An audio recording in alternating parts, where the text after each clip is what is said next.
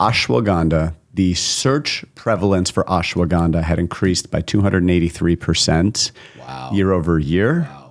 So it shows that people are looking for information. Mm-hmm. And so we're here and we're helping them find their way in bringing these, ashwagandha and other adaptogens into these products. That really lit me up, of feeling like, okay, the awareness is there. People want this information and they're seeking it. So then now it's, how do you provide them the access to find the right information? My name is Ryan Seaman. I am a co-founder and chief product officer of Living Prana, and had a great time here at EverForward today to share a little bit about the origin of PranaCakes and BrainCakes and where these things came from, and how we're choosing to support the evolution of mental health, evolution of our planet, to bring ourselves back to balance physically, emotionally, mentally, psychologically, spiritually. And also talked a lot about, the origins of these different incredible superfoods and adaptogens and functional mushrooms, and how we can bring these into our bodies, into our lives to support our healing and to move through this life in a more healthy, more balanced way.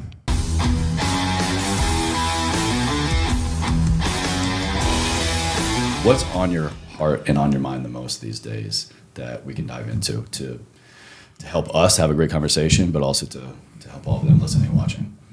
Yeah. So I'm Brian Murphy, CEO, co-founder of Living Prana. We're here today. Well, we'll be partially talking about superfoods and pancakes and waffles, a lot of just food as medicine, how to heal the body through food, the way in which it's transformed both of our lives. And I'll share my personal story through this.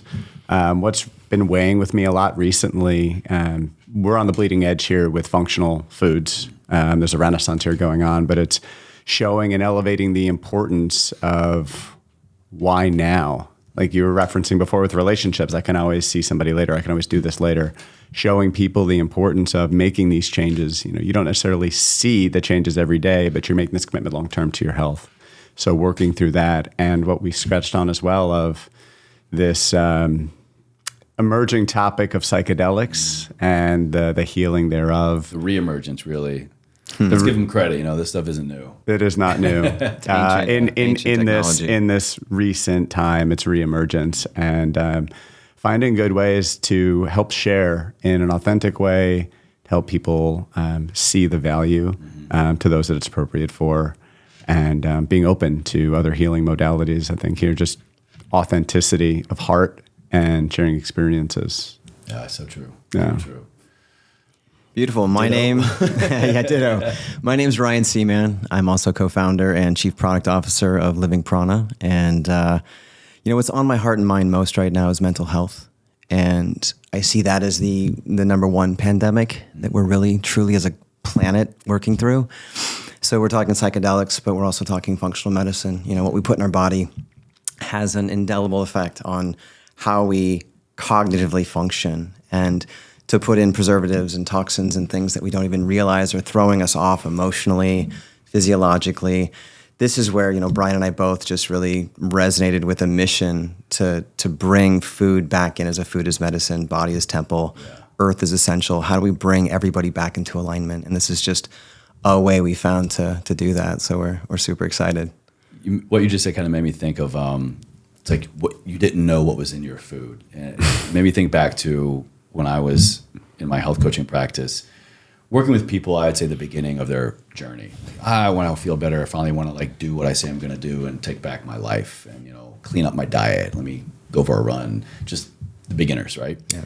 And I remember having these massive realizations with them, or they would have massive realizations when I would share, did you know how many calories are in this thing that you're eating, or how much sugar? And it's just these initial little things that I think are surface level, but very important.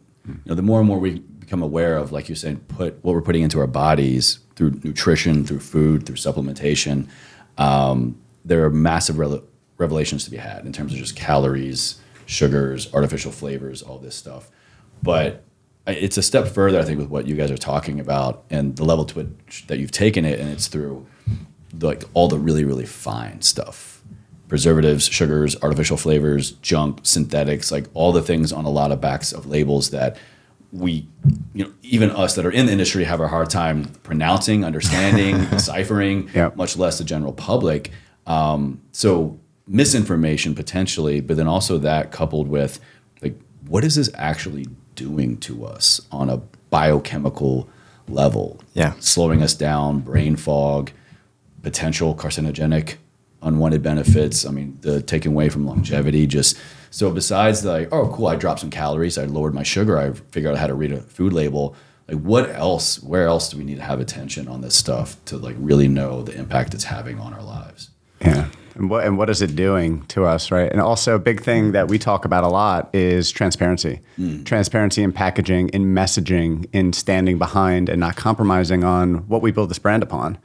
But we've seen a lot as we've now been at this for, call it almost a year and a half, of the surprising with respect to ingredients and how they're positioned in a certain way, things positioned as natural or otherwise, or like even the whole movement within plant-based meats or alternative meats means nothing. But natural. You can say it. Yeah, there's no limiting that. Another example of something like, alternative meats, and they talk about how, much better it is for you. And then most of them will be led with soy, for example. So it's almost like the game of whack-a-mole where you're solving one problem, you're creating another. And so we're learning a lot here in this process of seeing that there actually needs to be way more accountability when it comes to the food that's being brought to the public. And that's a lot of what we stand behind. Sometimes air quotes, right? But that's a lot of what we believe in. It's just what you see is what you get. And there is conversation around, we use coconut sugar, but we don't hide behind that. And we say, we have a lot of superfoods in here. They have a very distinct taste. And we also believe that for people to eat food products, you're going to want to enjoy how it tastes, or you're not going to continue to choose to put it in your body. And so we've been very forthcoming with that. If we use it, we believe that it is less offensive than other options out there. And well said, we believe, it's low. It's lower with respect to the impact on the GI and like with respect to spiking blood sugar. So that's one example where we say, this is there. We believe it's better than other options, but we're not hiding behind it. And we believe everybody should know exactly what's in what they're deciding to put into their bodies.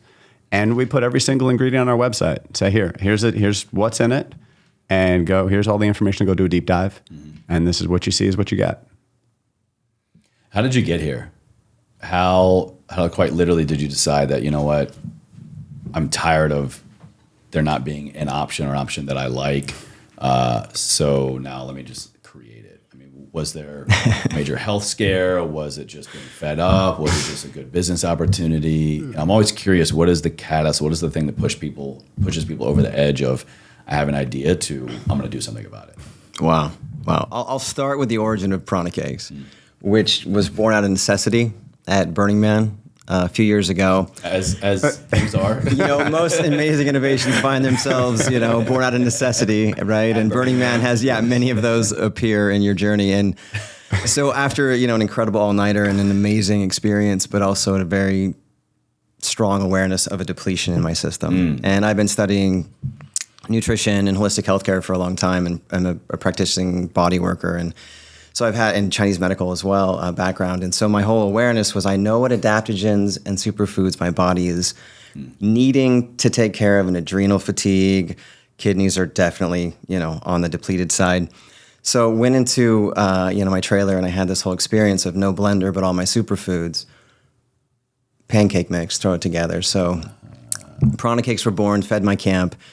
Been serving them for years after ceremonies and gatherings and having just this experience of people putting these in their body after an otherwise, taxing physical experience. Depleting event. Exactly. And having the most incredible experiences of just, wow, it changed my entire day. I had all the energy I needed. And so that was the beginning of PranaCakes, then how Living Prana came to life. Brian and I met on the Big Island.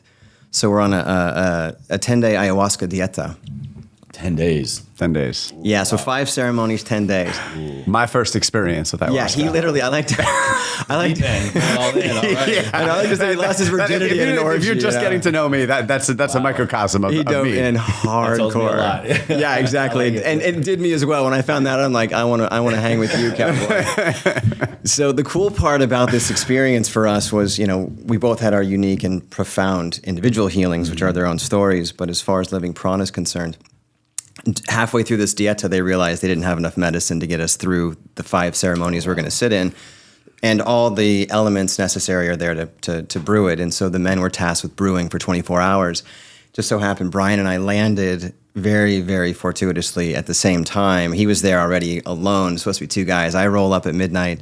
We have 3 hours of dropping in. And you don't usually get a lot of social time in a dieta. Yeah. It's really internal and personal. And But here we are, 2 dudes brewing medicine for 3 hours. And it just bonded us in this really profound way. Fast forward, and I'll let kind of Brian carry it forward. Another dear brother of ours, he was asking me, you're gonna bring these to the world, right? And my background's not business. I've got a degree in business, but I've been in holistic healthcare, and that's been my mission and my vision. And our mutual friend Sanjay just said, he's like, you got to call Brian, and it just was like this light bulb. And so Brian and I, had a conversation, and he was on board virtually instantly, and then we really came together to create something, and we both had the same awareness that this is too good not to bring this to the world. It just needs to happen. You're hitting on a keyword that I love. That actually, I don't know when this is coming out. Should be relatively soon. Around Danielle Broida from Four Sigmatic. She's my mushroom mycologist, go-to expert. She was just on last week talking about adaptogens. And you guys have been talking about that a little bit, and I know that's in the product, and I know it has served you in many different ways. Can you break down what they are for us, for the listener? Because I think there's a lot of power in reaching for something that can prepare you for a very taxing experience, whether that's ceremony, whether that's daily living, whether that's presenting in the board meeting or going to a workout or hanging with your kids, preparing for that, but then also recovering. Adaptogens have been transformational for me in terms of recovery and literally better adapting to my daily living. Yeah, so you hit the nail on the head. I mean, the beautiful thing about adaptogens is that they have the ability to respond to your current state. So the adaptogens and the herbs, as you bring them into your body, and no matter what state you're in, whether it is a state of stress or depletion, excitement, it helps you find a way of homeostasis and balance.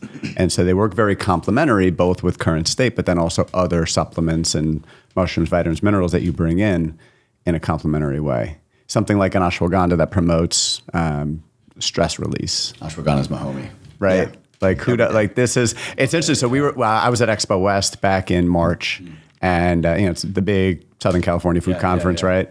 And so sat in on some of the lectures, but it was mostly networking. And one that I sat in, they were talking about food as medicine. And they were talking about the mushrooms and the adaptogens and the prevalence of what's been coming up since COVID hit. Ashwagandha, the search prevalence for ashwagandha had increased by 283% year over year. Wow. So it shows that people are looking for information. And so we're here and we're helping them find their way in bringing these, ashwagandha and other adaptogens into these products. That really lit me up, of feeling like, okay, the awareness is there. People want this information and they're seeking it. So then now it's, how do you provide them the access to find the right information? I first experienced ashwagandha, actually speaking of, in one of Four Sigmatic's coffees years ago. And the way that they were describing it, it made no sense. It's like, I'm going to drink coffee. I'm going to get stimulated. It's going to have caffeine, but I'm going to feel cool, calm, collected. I'm going to be chill. I'm going to be present. Challenge accepted. And it blew my mind. I felt like I'm buzzing, but I'm so present and centered. And right, controlled. Not like jittery. Yeah. And so it's been functional mushrooms and adaptogens has been a part of my daily routine for probably 7, 8 years now at this point. Nice. And so, but then I found I can get ashwagandha in a tincture or a powder. I can add it into other things. And it's if it goes so well with coffee, when I drink it in the morning, in what other ways can it serve me? Yep. And that homeostasis aspect, I think, was the most eye-opening for me of just, when you eat something, drink something, especially when we're in a particular isolated food item or a supplement, you become, I think, very aware of what that does for you or not, how you feel or don't feel.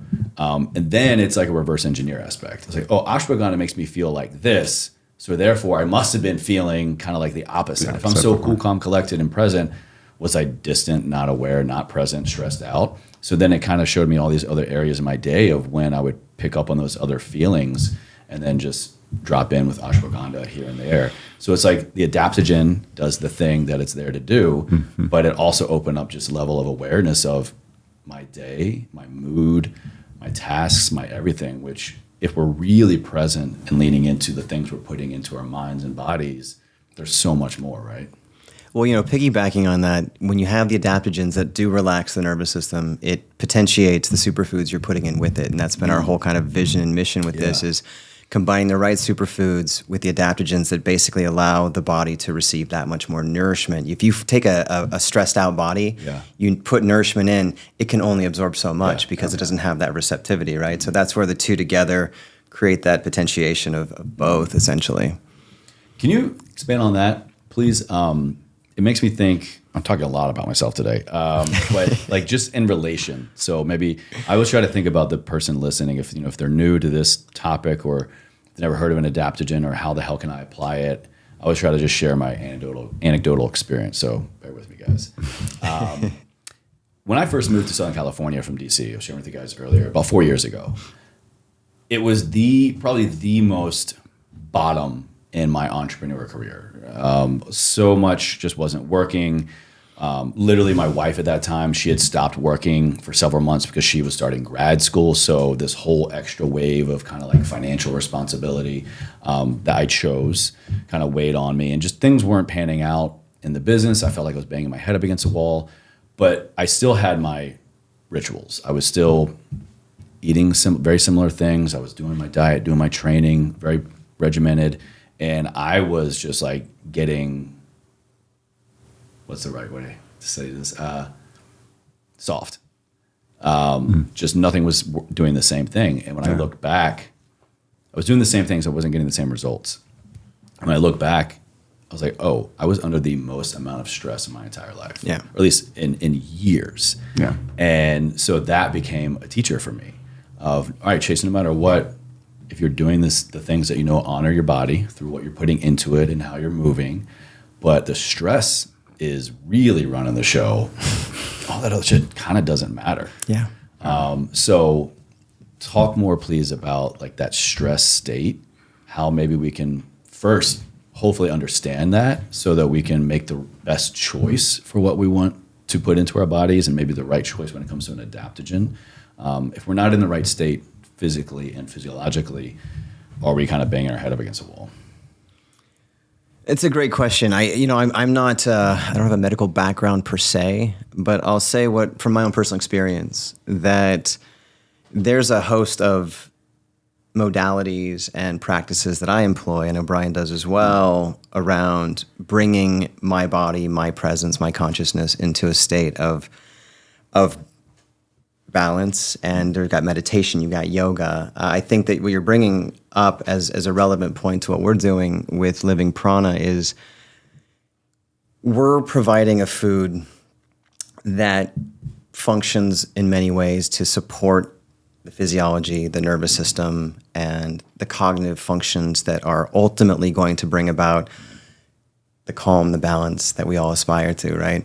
So there's value in acknowledging that if we're in a high stress state, we're not going to benefit from a lot of the, like, let's say just the foods that we shift to. What are the other things we can do to bring about balance, to bring about, and we were talking earlier about even psychedelics and taking it to a place of understanding these ancient technologies that can support us moving through those traumas that we never looked at, never addressed. And as a transformational body worker for 20 years, I can tell you time and again that the body keeps the score, right? As the book says. Yeah.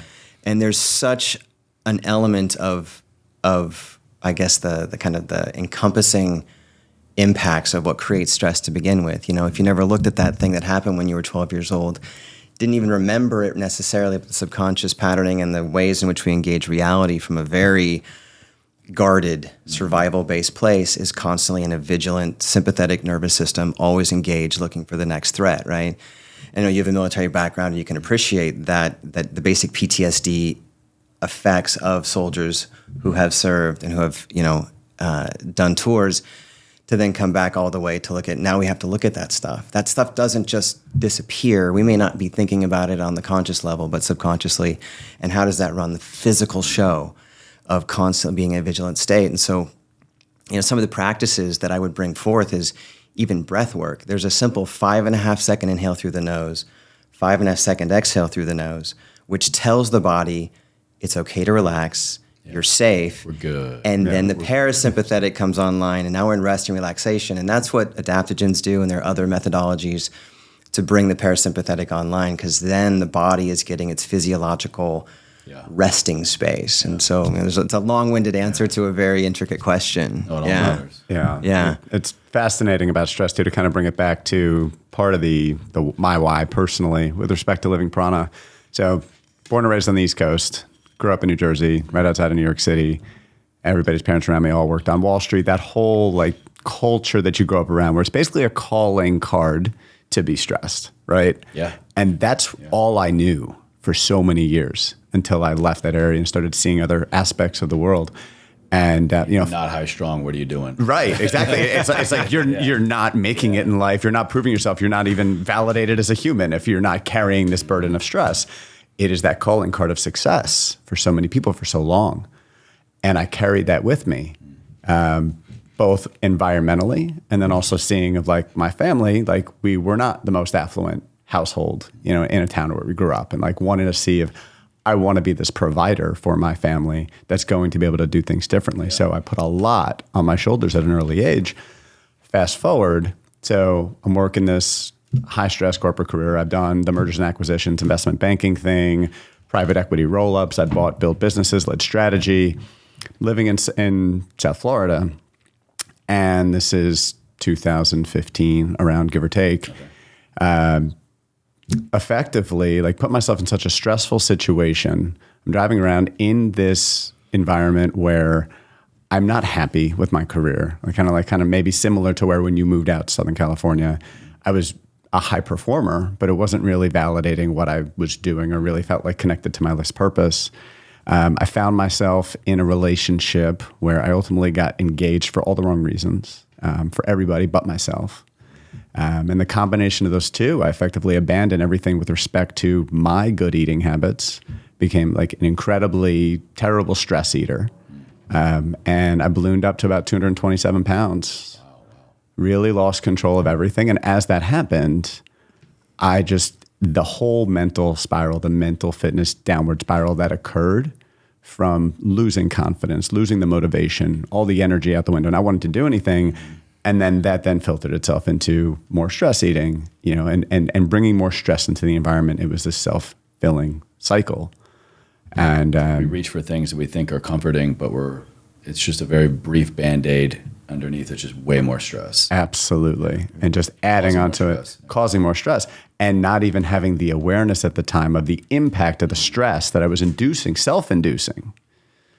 And so it wasn't I woke up, ultimately hired a trainer, started working out, with the trainer 3 days a week, and gutted my diet, got rid of dairy, got rid of refined grains, got rid of refined sugars. And I lost 65 pounds over 6 months. Wow, amazing. And a lot of that's tied to what we're doing here. Yeah. And it is, because here it's, grain-free, it's dairy-free, it's egg-free, it's finding ways of clean living and bringing people to comfort foods without destroying your health. Yeah, absolutely. Yeah. And this whole adage, yes, okay, have your cake and eat it too. People talk about, we make jokes about it with respect to the pancakes. But here, giving people a way of which you can nudge that sweet tooth, you can satisfy that craving, but you're actually creating health and not destroying it. And there's so much that goes into those cravings, especially at sweet tooth, the treats that we give ourselves or deserve or think we deserve. There's so much of that is tied into the emotional aspect. Mm-hmm. I think back to this one client I had years ago that everything was there, right? It's training, the diet, all these other aspects we were working on. Super high performer in her career. But it was just this one thing that she just couldn't get past. She's I don't know why, but it's just like clockwork. At this time, around this time of the month, I just find myself almost like blacking out. All of a sudden I had like so much ice cream, like all the ice cream. And we got to talking, we're kind of like trying to trace it back to like maybe when did this habit start or what are the factors leading up to it. Trying to just do my deductive reasoning here. And we kind of really traced it back to, she took like a year sabbatical and she went and spent time with her sister who had small children. And it was like her thing, like auntie time with these two little girls, and she would take them out for ice cream. And it was always like the same time of the week, same time. And that embedded on her so much. And she realized like, what I'm really missing is my family time. Connection. Yeah. Exactly. And it's just like you're saying, the body keeps score, like even in a treat mode, maybe something not like a traumatic event that gets embedded on us, but just something that was super meaningful. Time with her sister, time with her nieces, getting ice cream and just loving life. Once she made that connection, what we did was she actually, when she would normally go get ice cream, she would just like FaceTime her nieces. And that solved everything. That's beautiful. Yeah, it's amazing. It gives me chills kind of talking about it. 'Cause I remember like that realization on her face of, I don't suck. I don't need more willpower. I don't need to find the healthiest, lowest calorie ice cream to just make this better. That's not actually what I'm after. It's amazing. And I think that's so true. And what we're reaching for, especially in our diets, is we're reaching for a solution, a quick fix, something to make us feel better, to solve a problem of missing time maybe right now. But like, where is that coming from? Well, I love that you've tied to the psychology of like she was actually missing something else. And one thing on the more physiological side that I like to say is that the body craves what it knows, not what it needs. Yeah. So if I'm in a hyperacidic state, I'm craving sugar, I'm craving sweets, I'm craving things that will keep my stasis where it is, not necessarily where it needs to be. That's a big one when it comes to people who haven't necessarily gone down the route of adaptogens, superfoods, functional mushrooms. There's a flavor. This is natural medicine. It's from the earth, right? There's a flavor that can be a little bit earthy, is a soft word for it, right? But Oaky afterbirth. Terroir. I got to write that one down for the next SKU. That's great. And the challenge, though, is that this can taste a little bit strong and off-putting initially to a system that's already got a gut biome that's very imbalanced, right?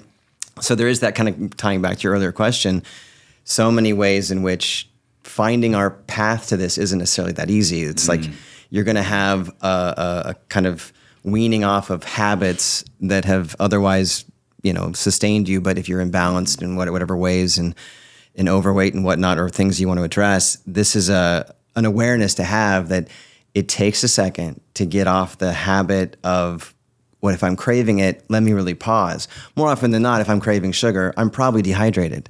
And if I drink water, everything's good. And to have that awareness, for me, certainly was a key component to getting more and more comfortable with how good this actually tastes. Like I say this, I mean, like even just the straight mushrooms where you don't have anything that's softening it, you can really begin to enjoy that flavor because you know what it's doing for your body because you can feel it. It's an amazing process. Yeah. I'm with you on that. That for me has grown so much over the years. The more and more I realize, all right, if I do this, or anybody, you insert any new thing in your diet, you have a new healthy habit, you get that positive feedback. I may not enjoy it while I'm doing it, or it's new and uncomfortable, or tastes too earthy. Right. But it's like once that becomes your your norm, and then you really understand an appreciation of, I feel better, but I also know it's doing all these other things for me, or has the potential. Then it's just kind of like, I want more of this. Yeah. The taste isn't a thing to some degree. Brian, you said earlier that over the last couple of years, people, particularly with ashwagandha, have been searching for it hundreds of times more than usual. In your personal experience or in what you've seen in developing a product like this and just, I'm sure, jumping all in the deep end, true to form, what else are we hungry for right now? Is there a nutrient? Is it an adaptogen? Is it just like a different approach to nutrition and to healing, daily living? What else have you found that we're hungry for? Yeah. Mushrooms. Functional mushrooms, medicinal mushrooms, they are everywhere. It fills me up. Whenever I see a new mushroom product coming out, They're big on the beverage space. They're starting to become more prevalent in the food space. I think we're really on the cutting edge with what we're doing. What do you guys have in here? So the PranaCakes has cordyceps, and the BrainCakes has cordyceps and lion's mane. Perfect. Yeah. So cordyceps is one. I use those two every day. Yeah, those are two. So I started supplementing with mushrooms right around the time when COVID hit. And I was doing two things. One was a specific dedicated lion's mane supplement. The other one was immunity blend, had a combination of racy turkey tail, a little bit of cordyceps, king trumpet. And but what I'd seen with those mushrooms, and through this whole time, knock on wood, I can say that I hadn't gotten sick with COVID. And I believe that the mushrooms were a big part of it. This is not medical advice, but I see what I've done in my own experience, and that made me a big believer with respect to my health, my energy levels. I used to have a lot of brain fog, and I've seen with the supplementation of lion's mane over time, for me, the sharpness early in the day as I wake up really, really turns on more quickly. And it's been through this consistent application of the mushrooms. And people often ask, okay, like how long until these things work? And I'm like, this is not a quick fix. You know, this is something you work with for months and on end, and then you start to see the subtle changes. So mushrooms for sure. Mushrooms are everywhere. When I was at that Expo West event, it was all over, a lot of new products coming out, again, mostly in the beverage space. And cordyceps is one I'm a massive fan of. I think people know a lot more about lion's mane now. Cordyceps, natural energy, the way it's packed with antioxidants, and a little known tip, its nickname is actually the Himalayan Viagra. Yeah. So It does wonders for natural nitric oxide production. Yes, there it is. Yes, so it's great, and there's studies around athletic performance that are ongoing, but a lot around natural vitality, natural energy. So you think about even the whole energy drink market and people that reach for what used to originally be Red Bulls and then have evolved in all these other Monster and all these other evolutions over time, seeing the benefits of cordyceps and taking that day in and day out, it naturally comes out of the earth. Rather than putting some of these foreign substances into your body. So I'm really excited about that. Cordyceps come out of some weird places. Very true. It's an interesting source mushroom. Anybody wants to Google search that. But they're great. Lion's mane cordyceps, I think, are two of the ones I will say you can most likely notice more quickly. Lion's mane in a couple minutes, I've always said, and feel like brain alert on. Cordyceps, have you guys dabbled in application and timeline of that at all? You know, it's a great performance, natural vasodilator, helps increase nitric oxide production. So a lot of people will take it for performance and training. But I've actually found even then kind of double dosing on the back end of like after a workout or in recovery for the next 24 hours, you have that same great energy levels. But think about it. If I'm increasing the diameter of all of my blood vessels, increasing nutrients, oxygen, and everything else that I'm doing for supporting recovery, way less delayed onset muscle soreness in terms of intensity and time, and honestly stamina, because it's just like, go. Yeah. It's incredible. It's amazing. It is. Chaga is another one. We don't have it yet in these, but we will be bringing one out with chaga, and that's another one that, for me, having used it for a number of years now, you know, I'm on the edge of 50 years old, and I still feel like I'm 25. And I believe. Well, thank you. I feel great. And I will say that, you know, certainly these are a support of that. We eat these every day now, but the basic application of chaga and the DNA and the restructuring and the revitalization of the body, and that is one among the mushrooms we're talking about that I also find to be a huge home run and a game changer for me, for sure. You know, chaga is like the oldest thing we've ever found attached to a human being. In that, I think it's called the Iceman. One of the very first Homo erectus, Homo sapiens, like upright walking human beings we found preserved in this ice block. I don't know how many thousands, tens of thousands of years ago. On him, he had like a covering over his genitalia. So he had like a leather kind of covering, and he had like a little knife thing that had been like beaten from a stone, and in his like little pouch thing he had a chaga mushroom. So it was that important. Wow. Thousands, tens of thousands of years ago, that it was on his person. That's amazing. This I've guy never heard died. this. And he's like, And it's like, "Let but me I'm keep gonna my have a chaga." chaga. Yeah, just this massive block of chaga. Wow. Yeah. Whoa. This shit ain't new. That's what kills me. No, Yeah. it's not. Yeah. It's We're coming. wild, right? And it's been coming out of the earth for generations. Like when I was, so I moved out to Hawaii when COVID hit, and I spent the summer of 2020 living in Kauai. It was, for me, it was really, really deepening a connection with nature and hiking and exploring waterfalls, all that. But there was a day where I was out deep in a forest, and it was my first experience of coming across mushrooms in the wild. Oh, cool. And they happen to have been turkey tail, and those are ones that are very kind of readily, easily recognizable. And saw them just growing on the side of a log, a tree that had already collapsed. So it was no longer growing out of the ground, but these mushrooms were thriving. Yeah. And that blew my mind. And that mushrooms can grow in any environment. They don't need sunlight. They can thrive anywhere. And they are such incredible nutrient-dense substances. But here they are. They're reemerging. So we're really excited about them, and just being a conduit and a vessel that we can help bring these to the world. I have to laugh when you said they can grow anywhere under any conditions. It's so true.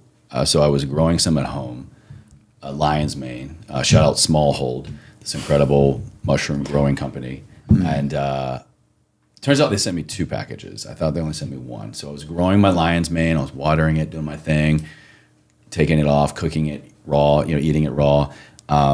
And then, I don't know, a few more weeks went by, and I was boarding a plane, and my wife called me hysterical, like freaking out. I thought somebody was like in the house or something. I'm like, what is it? What is it? She goes, check your phone. Look at the text I sent you. I was like, why don't you just tell me? She goes, no, look. And then call me back. She sent me this video. Apparently, I have this little closet thing in our, kind of like off the kitchen, where I put like some PR packages and other supplements and kind of overflow stuff. And turns out they sent me 2. They said there was another box. And when I say this thing looked like it was coming out of Stranger Things is an understatement. There was this whole other box of what turned out to be king trumpet mushrooms. Yeah. And I looked in the video in the picture, and I zoomed in. And guys, inside of a cardboard box, inside of a plastic bag, this thing still is like, no, I'm getting out. No sunlight, like in the bottom of the floor, no sunlight, no water, no nothing. Yep. For weeks. And it's just growing out the side of this box, massive. Wow. Like almost the other side of the wall. And it all started because a few days earlier, in there, it looks like there's like this dust, this film. I was like, I had like a tub of protein or something. Oh, maybe like it busted or something. Maybe it looked like it. Yeah. And my wife, true to her tidiness with everything, she said, no, I'm going to get to the root of it. It was like weird. Why is it all concentrated on the lower level and seems to be getting less as it goes up top? If something busted and fell down, I would think it would come down. Yeah, so they can grow anywhere. They really need little to nothing to survive. Yep.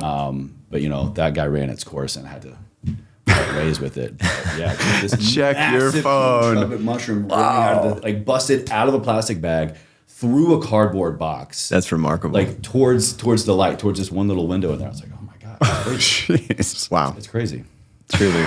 So we should eat these fast, right? We don't want this busting out. For sure. I want to go back to a point you guys brought up a few times that I think is so important. When we're trying to introduce something new into a routine or a diet, especially if it's like, all right, this is healthy. I know this is healthy. I may not like it kind of thing. How do we push past that? Is it just we need to become more informed on what we're eating and just really dive into what it's doing for us to hopefully have that embedded on maybe it's pushing past just a new habit, or maybe it's just a taste I'm not familiar with. What are you finding is working best for people when introducing this kind of like amalgamation of so many superfoods and adaptogens that they may not be used to actually keep doing to get these long-lasting benefits? Well, I think one thing I'll bring in is just, that's part of where we're taking a functional food / comfort food, making it, combining those two principles, and they taste delicious. I mean, there's a way in which you can, in fact, put these things together, and then let's say you're making a smoothie where we've used, for example, coconut sugar, and not a lot, but just enough to kind of buffer that flavor profile to make it delicious. That's one way, but in general, like, you have to make it something you enjoy on some level. I'm not saying to overdo it with, let's say, raw honey is a good way to sweeten something. Yeah. You know, so if you're throwing in a smoothie and you have, like, I personally am a huge fan of hemp milk or coconut milk in my smoothies, and, you know, I'll soften it with a little raw honey, and you can really load up with like cacao, spirulina, ashwagandha, and maca. That was where PranaCakes began. We since added cordyceps and sacha inchi to make it its full package of what we've designed it to be now. But at the time, though, that was my go-to smoothie. And none of those things by themselves taste remotely good. They're all bitter and strong and pungent. But when you throw together... Afterbirth again. Yeah, exactly. Yeah. And, you know, that earthy quality. But now you can add a little raw honey. You can make it... And that's got its own nutritional value, right? And it's also going to soften your palate to receive those other more intense flavors. Mm-hmm. And I think you said something earlier that makes sense, is if you really ground into what this is doing for you, it's kind of like nobody wants to run when they haven't run for 5 years, but give it a few months and you don't want to not run at that stage because you see and feel the benefits. So you got to get through that initial breakthrough phase of remembering this is for my benefit. And that's not with our pancakes as much as just adaptogens and superfoods on their own. Right, yeah. Yeah. Yeah, and I think too, there's this shift in awareness, in consciousness that's going on generally. It was catalyzed by COVID, right? Everybody's at home and starting to think about health in a different way, and what do I put in my body and what can I have access to? There was a little bit of a scarcity mentality. All of these factors went into an eye-opening awareness, I think, of most consumers now that say, I actually want to know, how can I thrive through what I put in my body? So this growing interest of people now caring more and realizing what I put into my body really does matter, I think sets all of us up collectively in a really great way, because this awareness has really opened up a spot for people to now receive this information. And for me personally, I love doing a deep dive. Like, I'll do all the research, and once I'm set on knowing what it can do for me, sets me up for, like, okay, I can find a way for compliance for this and bringing this into my day. But that I think in this time, you know, for all the challenges that COVID had presented, the awareness factor and the awakening with respect to food and supplementation and everything else has been, it's been wonderful. Yeah. I think we're truly, a big theme I've been picking up on what you guys are sharing is what I would agree with, especially over the last couple of years. We're really, truly, finally, for the first time, some of us, and like in a whole new light for many of us, we're hungry for so much more. Yeah. Quite literally hungry for what we want to put into our bodies, but just an awakening. You know, I see guys like you and products like this at so many other types of events and just experiences where, like, before, maybe it's, we're going to go grab a drink at a bar before we go do this thing, or we're going to have alcohol, or we're going to be doing these things that, sure, like, there's a time and a place, and I still have drinks every once in a while, but it's just like, but why? You know, where's the trade-off kind of thing? Like, we could just swap it out and maybe do these functional mocktails. And I tell you what, I've had some incredible CBG goods, you know, sparkling waters with CBD and functional mushrooms and all these other incredible adaptogens and things that make you feel something. Yeah. Which I think ultimately we're kind of after, especially in that social situation of, I want to be here, but maybe I want to let my guard down. I want to loosen up. I want to be alert, have energy. Typically, we'll resort to, let me get a Red Bull vodka. Let me get some wine, you know? Cool, do you, whatever. But I'm here to tell you there's a new way, a new old way to tap into these things that we have a great time during. And it's like that then, I think, better serves the thing we're there to really do. Meet up with a friend, have a launch, a wedding. You know, if you're fully present and not ultimately paying a later tax physiologically, then isn't that the best thing ever? Shouldn't that be what we're hungry for the most? You know? You nailed it. Yeah, I mean, you think about the impacts on your sleep alone. You know, God, yeah. And if you look at the necessity that we have for getting into REM and NREM sleep relative to longevity, relative to cognitive function, I mean, this is the science is out times 1,000 to recognize what that one drink does. What one why would you impair your sleep? And I get it, and I share that same position of there are time and a place for those kinds of to imbibe, but there's a trade-off. And to know that and to know there are alternative ways to get what it is you attend the event to experience to begin with and go, well, this is as we like to say, it's a yes brainer. You know? It's a yes brainer. I'm gonna co-sign on that. you can absolutely, you should take that. That was something that's come out of our work and our time together. But on the sleep thing, I started wearing my Apple Watch to bed right around the time when COVID hit, and I had not really thought methodically around my sleep patterns and just get it where I could, how I could.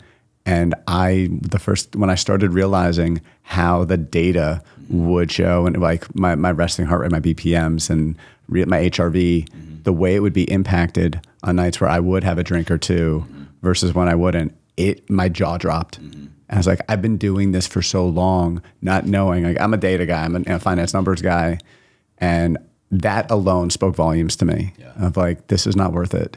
And now we do have so many other ways in which we can relate and create a similar impact, or I guess effect that we're looking for, right? Like to loosen up or relax or whatever it may be through functional mushrooms and other products that don't tax our body in that same way. Or even just to know that some of them are there that then can support if we still make that decision. I still make these decisions of I'm going to have a glass of wine. I'm going to have a couple glasses of wine. I'm going to stay out past my bedtime, which these days is like anything past 10:30. I can like, okay, cool. If I'm making this choice now because I'm in the driver's seat of my life and I'm going to do this thing that's to what I want to do, it's going to bring me joy, whatever. But I know that maybe that's going to drop my HRV or my performance tomorrow morning for work, or I really want to do a workout and I don't want to like feel like shit during it. So I can then go home and reach for certain functional mushrooms, adaptogens, other natural things to like, I won't say wipe the slate clean, but are then going to load me up for a much better day the next day. Yeah, for sure. So it's like, hey, we can have both. We can have everything. It's true. But maybe a little bit less of some things. So, Yeah.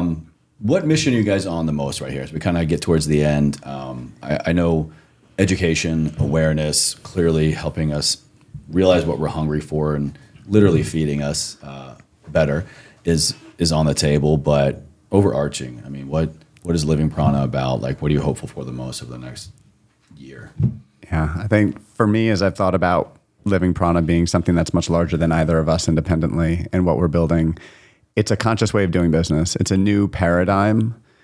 Things that are revolved around transparency, sustainability are two really important pillars for us. We haven't really talked on sustainability much today, or really at all. Please, if you want to, yeah. But, things with respect to our packaging. It is, yes, it's a stand-up pouch, but 75% post-consumer recycled material. Wow, amazing. So the work's already been done there. The rest of it has to do really about an air barrier to protect the integrity of the product. But being thoughtful in that way and how we design the packaging. So how many times have you opened like a bag of chips or something and 75% of it's empty, right? It's all air. It's a chip. It's a chip, right? And it's usually busted as hell. Right? It's crumbs at the end of the day. Yeah. So, but part of what we did with this is actually getting rid of the air. So you're using less packaging material per pound of food. Interesting. And so here we worked with our co-packer and said, what is the minimum space you need in order to close this successfully? Oh, wow. And he said, 2 fingers. And we said, okay, fill it to there. And we got rid of, and we were able to minimize the amount of packaging that goes into, per food pound. And ways of which we're thinking about that, we signed up for 1% for the planet before we even went into production. And committing to at least 1% of our revenue a year to environmentally supportive causes that we get to choose. They help to pair us with vetted 503Cs and other charitable organizations. We've chosen at this point in time to support causes down in the Amazon, because that's where a lot of our superfoods come out of. Yeah, and there's so much challenge with respect to deforestation and things going down there in the Amazon that's a big thing that we stand for, and it's important to us. And it's a give back because we're taking from the earth and bringing these superfoods into these products. And then how are we doing our job to replenish this, the circularity of our impact on life? So that's a big thing here. And it's starting, yes, just with these 2 pancake mixes, but with everything we're doing, it's very much like transparency, as we talked about with the labeling and the packaging, and sustainability, doing what we can to minimize our net impact on the earth. We set up in our Shopify store an option for our customers to contribute to offset the carbon generated through fulfilling and delivering their orders. over 90% of our customers have opted in. Wow. And it's only like $1 or $2 per order. Wow. But that goes a long way. Yeah. And it spoke a massive volume to us when you see that many people opting in. They're saying, yes, I care. We're tapped into the right people. Yes. So those are two big things that I think we're thinking about the bigger mission of what we're doing. It'd be transparency in the food system and sustainability. That really makes me think about just like the level of gratitude I have for just being here with you guys and connecting with so many other men and women and entrepreneurs and business owners and thought leaders and just people in the community of physical, mental, emotional, spiritual well-being that is this show and this platform. And it's just making me think of all the other people over the past year that I have seen really do that. I always love when somebody has an experience in life and you have your experience, you have your revelation, you get better, you move forward, ever forward, and then you do something with it, right? You create a product, a service, raise awareness. But then now I'm seeing, maybe I'm late to the game here, like the step after that is, all right, my experience, I'm bringing something to the market or just content to solve a problem, to inform people. But then that in and of itself is the new third thing is, all right, well, what is the ripple effect of that? I don't want something that I'm doing that I think is for the better to have, I want it to have as minimal negative things afterwards. Like I don't want to leave in its wake trash, waste, pollution, or what can I do to mitigate that as much as possible? And it's just like, I think that's the next stage in entrepreneurship, in conscious consumerism, at least, you know? Yeah, you're reminding me of a quote from Gandhi, who said, he said, No one's ever said that to me. Damn. Cheers. you have just dialed me into a quote from Gandhi right now. Damn, all right, I'm going to walk out of here with a big old ego. There you go. And the quote is, the best way to find yourself is to lose yourself in the service of others. And, I think you're naming it is how can we best provide something? We got to listen to some of your podcasts before this and just the legacy. Cool. The legacy piece of what you stand for and your father's memory and all of that. And it's just it's an appreciation for the opportunity that we both, are so grateful for to do something that we believe in and know is going to have a positive impact. And obviously, like you said, to mitigate any negative effects. And that's kind of part of our current world structure is there is some impact, of course, but to minimize that and do it consciously and then to put ourselves, in the service of what we believe and many who are far more intelligent than we are recognize is what is necessary now is functional medicine, functional food. It's such a relevant factor in where we are in our evolutionary process. And so we're just super stoked to be a part of the movement. Love it, guys. Well, to bring it home to the final question, ever forward, to live a life ever forward. I always ask my guests, what does that mean to you when you guys hear those two words? Ryan, want to start us off? Sure. There's a term that I got from the Lakers series on HBO where Pat Riley and his wife, what do? We function forward, right? So when I think of ever forward, it's just this process of we're ever evolving, we're ever changing, we're ever remembering, we're ever forwarding our progression as a being, as a species. And so for me, it's as an individual, just to bring myself into an awareness that it's not about me. It never was, it never will be. But if I can get really present with what's being called forth, then I'm truly showing up in the service I was incarnated. I incarnated to embody. Like that. Ryan, how about you, man? Sure. So I think two things come to me. First is that constant evolution and the thinking about as ever forward, non-attachment to things that happen in life, and this concept of perseverance, or some of my friends have called it over time, bounce back ability. Oh, yeah. And seeing that no matter what gets thrown our way, no matter what steps within our path, finding that path of which we still continue to put one foot forward in front of the next. And what do we take with us? And then what has been big for me recently, this other piece as I've thought about ever forward, is using times like this to share my story, my experience with others. So leaving that impact through what we've experienced and what we've shared, and feeling that. There's never a right or wrong answer, but they're all equally appreciated. So thank you. Yeah, thank you. Well, we're going to have everything down in the show notes and video notes for everybody to check out. But where can they go to learn more about you guys individually or Living Prana? We're living in the most online. In stores yet? Are you guys in? We have this concept we're working with selective retail. So we are not broadly distributed here. There's a couple stores in Hawaii, which is where I've been spending my time, that just picked us up.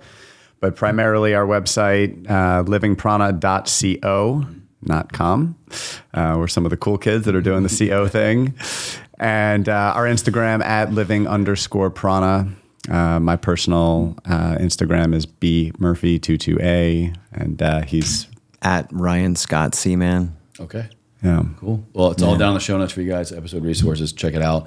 And yeah, I've got this stuff at home. Well, I have a little bit of this one left still. And then, yeah, getting to try it at that other event was great. So thank you guys for coming in and sharing the story more and keeping me fed.